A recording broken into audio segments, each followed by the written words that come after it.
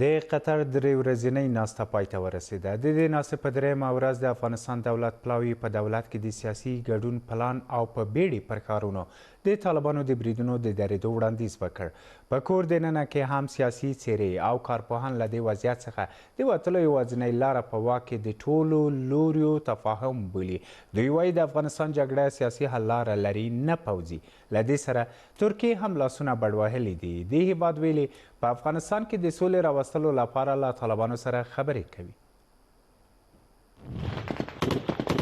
د جګړې اور ګرم دی او طالبان لا پر جګړې ټینګار کوي. له اوربند او د جګړې پای په اړه کوم خبر شتون نه لري.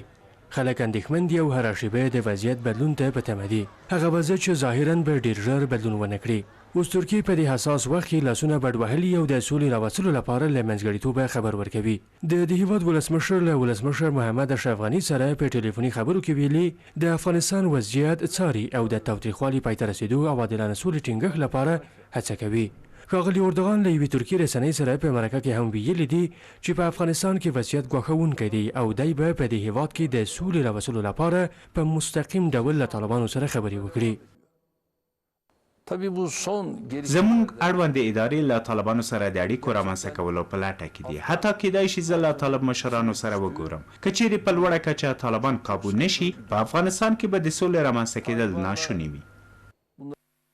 په قطر کې هم له دې ورځنۍ ناستې وروسته د افغانستان د حکومت پلاوي د امریکا، روسیې، چین او پاکستان د استازو په شتون کې د مشارکتي دولت طرحه وړاندې کړې ده. دلته په افغانستان کې هم یو شمېر هیوادوال او د هیواد سیاسي څیرې د سولې اړوند موضوعات څاري. لکه دلته د کابل په یوه څنډه کې یو شمېر سیاسي څیرې له اوسني وضعیت څخه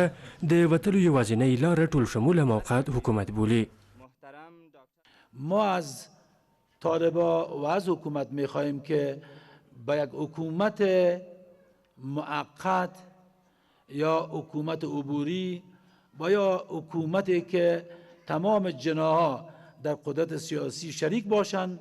به او تن در بتن و آتش جنگ در کشور متوقف بسازند. قتل و قتال رای نجات افغانستان نیست و به طالبا هم میگم که یک دفعه شما در اقتدار بودین اما اقتدار از پیشتان گرفته شد. تجربه ناکامی دوباره را تکرار نکنین. عسکر نکشین، مردم بیچاره مامور نکشین. له دې ټولو سره به ولیدل شي چې د قطر په دې درې ورځنۍ ناسته کې به وروستۍ پریکړه شوي. د افغانستان د خلکو لپاره هیله یا هم لکه د تیرو ناستو په څیر بې پایله. د نظر خوان شفیق رحیمي څخه مې پوښتلي چې له ولسوالۍ وروسته اوس طالبانو د کارونو په لور مخه کړې ده او په دې برخه کې پرمختګ کړی. د دوی چټکتیا څه ډول پیغام له ځان سره درلودلی شي؟ دوی په ځواب کې ویلي: بسم الله الرحمن الرحیم. تاسو ټول قدرمن لیدونکو ته سلامونه. له بده مرغه د افغانستان جګړه په یو سولیز حل له لارې پای ته ونه رسېده. پرېښودل سوه تر هغه وخته پورې چې تاوتریخوالی زیات سي، اړخونه لاله عقدو ډکې مقابلې ته مخه کړي. موږ ولیدل چې د افغان د سولې پروسه کې نه نړیوالو، نه خپله امریکا، نه حکومت او نه هم طالبانو او همدارنګه ولس ونه کولی سوی چې خپل مسؤلیت ترسره کړي.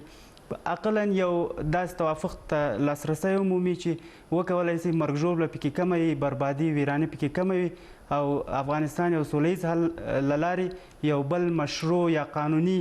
یا هغه چې ادعاوې کېږي د لورو لخوا نه چې قوي نظام وي هغسې یو نظام ته لاسرسی پیدا کړو. په کابل حکومت کوم چارواکي چې وو او یا واکداران یا حاکمان یې هغوی په دې لټه کې سو چې څنګه د دوی واک دوام وکړي او بل اړخ طالبان هغوی بیا په دې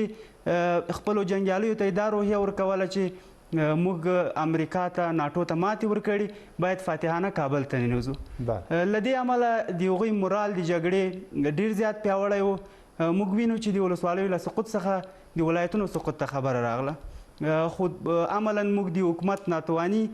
دا وینو او هغه نړیوال ملاتړي چې وو چې دوی ته د ملاتړ ډاډ ورکړی و د هغو نه هغې وینو. رحیمي صاحب تاسو مخکې نغو ته اشاره ورته درلوده چې په د سولې په بهیر کې نه افغان حکومت طالبانو او نه هم ولس خپل مسؤلیت ادا کړ په وروستیو خبرو کې بیا اشاره ورته درلوده د طالب او حکومت اړخ ته د ولس مسؤلیت څه په خپل مسؤلیت کې کومې نیمګړتیاوې ترسره کړې یا بېغوري کړې په ټوله کې ولس همیشه د دغو دوو لورو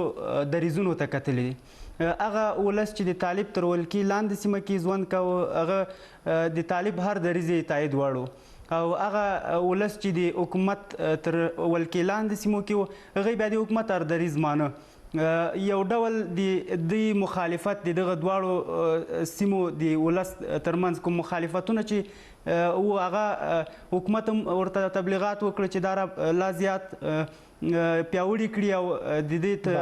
روحیه چې کومه موجوده ده د سولې لپاره هغه له منځه یوسي او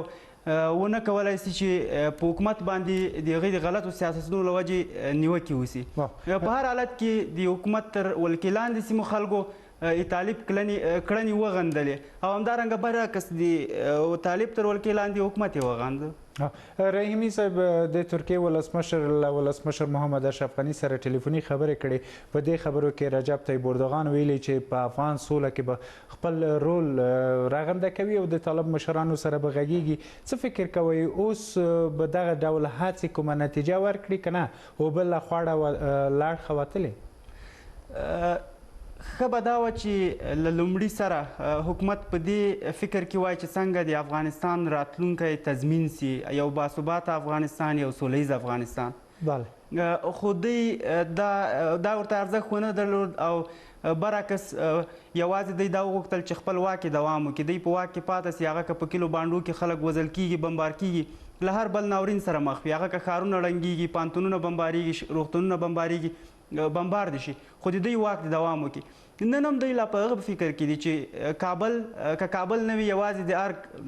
محوطه چې هم دوی لپاره وساتل سي دوی له واک څخه نه تېرېږي او د افغانستان د موضوع د دې جګړې د دې کشالې حل په دې کې نه ده چې طالبان مدغم سي له حکومت سره دلته ټول په دې خانې دي چې باید یو نوی جوړښت په ټول منلي نظام باندې سره سلا سي او افغانستان له دغه بحران څخه وباسي نن که ترکیه دلته دخالت کوي دا یو ډیر منفي پیغام لري د افغانانو لپاره یو خو په ټوله کې ترکیه د ناټو غړي هیوادونو څخه یو هغه هیواد چې مسلمان ده له همدې امله کیدای سي ناټو ډیر ورباندې ټینګار کړی وي چې د افغانستان جګړه ترکیه رهبري کړي او یا هم پوځیان دلته ورته پرېږدي یا ورسره نظامي ملاتړ وکړي خو ترکیه فکر نه کوم چې د عمل په ډګر کې د زړه ښه کړي ځکه افغانستان کې هر یرغلګر ماتې خوړلې ده که ترکیه دلته پاته کېږي هم د یو یرغلګر اردوغان ویلي چې له طالب مشرانو سره به خبرې کوي د افغان سولې په برخه کې آیا دغه هڅې به نتیجه ورکړي نتیجه لري که چیرته په دغه نیت وي چې د سوله ییز حل رامنځته سي او که چیرته بیا هم د طالب مشرانو سره خبرې د اخطار په ژبه وي او یا هم دوی وغواړي چې د افغان حکومت نظامي ملاتړ وکړي دا بیا نتیجه نسي ورکولی دا جګړه نوره لا پیچلې کړي څرنګه چې مخکې مې ویلی ټول خلک شاهدان دي وسلوال طالبان په دو وختو کې د پرمختګ په حال کې دي په دغسې وضعیت کې به طالبان له افغان حکومت سره د پخلاینې خبرو ته غاړه کیږدي اوس کال مخکې میاشتې مخکې وختونه تیر شوي دي نن که طالب هم له افغان حکومت سره خبرو ته هم کینی اول خو د خبرو فرصتونه چې کوم هغه ټول له منځه تللي دي خدای دې وکړي چې بیا دغسې فرصتونه رامنځته سي چې اضافه نورې بربادي د وطن ته کې پاته نه سي خو که چیرته دوی سره کینی هم د دوی هغه انعطاف به لا زیات نیمګړی وي هېڅکله به دوی انعطاف ونه کړي طالبان لکه څنګه چې د سولې خبرو په تېره پروسه کې دوی انعطاف نه کوو بیا به هم په خپلو دریځونو باندې ټینګار کوي او څه غوښتنې چې یې دي له هغو به